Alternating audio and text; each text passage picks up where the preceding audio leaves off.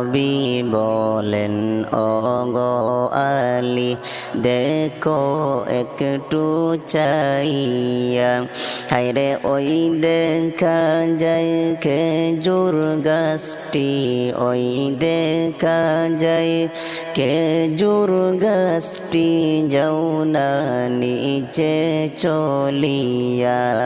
লা ইলাহা ইল্লাল্লাহ, লা ইলাহা ইল্লাল্লাহ, লা ইলাহা ইল্লাল্লাহ, লা ইলাহা ইল্লাল্লাহ।